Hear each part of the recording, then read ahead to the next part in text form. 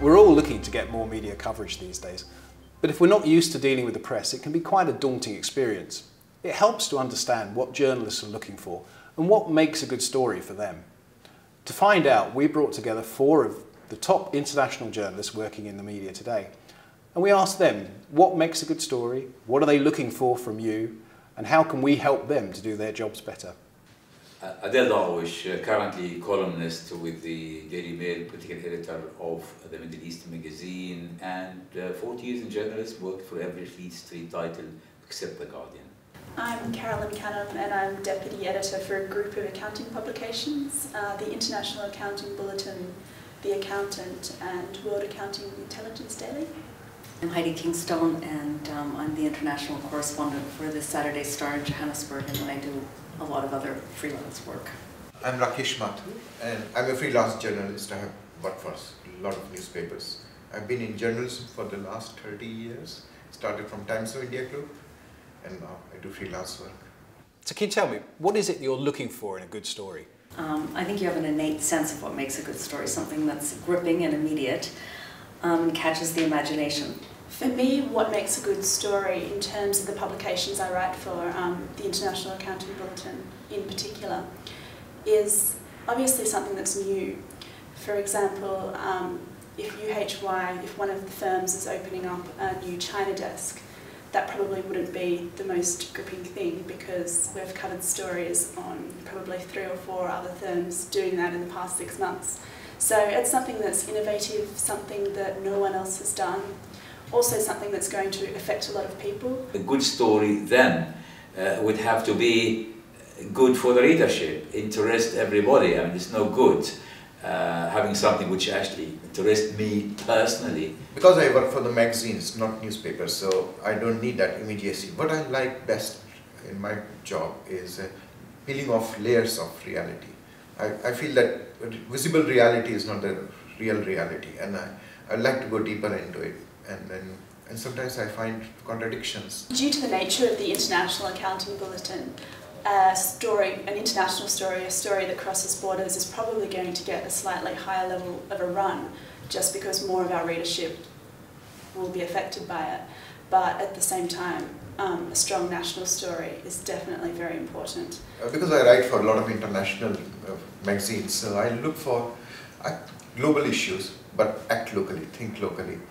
And I also look for dramatic elements in the story which touch the human heart. I was going to say also what makes a good story is stories that have a message often, and you generally tend to need to sum up your story in a line. And if you can't do that, you sort of don't have a story. Yeah, that's it, that what makes a good story. If you can't tell it in the first paragraph, then it's not a story.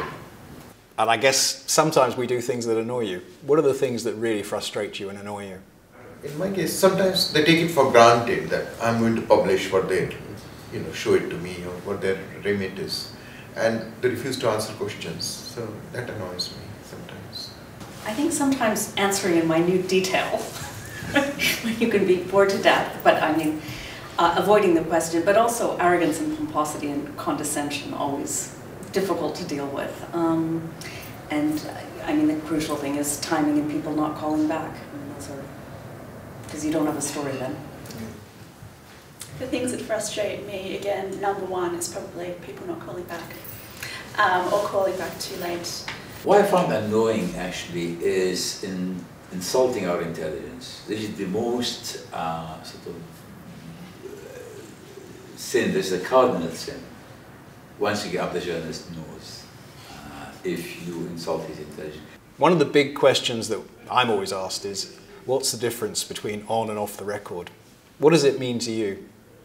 Well, I mean, if you trust your sources, then if somebody says off the record, I think generally you have to keep them off the record, otherwise you never get it again. However, I guess if it's a really good story, you break with that tradition. But generally you have to, I think it's a bond of trust, and if somebody tells you off the record, use it as background. Off the cuff remarks are the best, which I tend to get a lot. And cynically, of course, nothing is ever really off the record. Yes. It's very much off the record is background and will never be printed. And I think you can't, off the record isn't off the record if you've said it after. Quite often we're faced with a bad news story, something that is difficult to handle. How do you think organisations should handle bad news stories? Pay us a lot of money to tell you that. You have spent a lot of money on that. I'll give you the secret. But I can tell you, Fred. I think they should admit what's going wrong, but they should also say what they are going to do or what they are doing to address the situation. And I think they will get our sympathy for that, and will write about what's being done, how the wrong is being removed. Yeah, I think they need to accept responsibility, and also cover-ups never work, because in the end journalists find out. In my opinion, how companies should deal with bad news, I mean especially in terms of accounting and auditing firms, you're advocates of transparency. So I really think that transparency is needed. You've given us a lot of information today about how you like to operate and what makes a good story for you. Is there a final message that you would like to give to the people watching this today?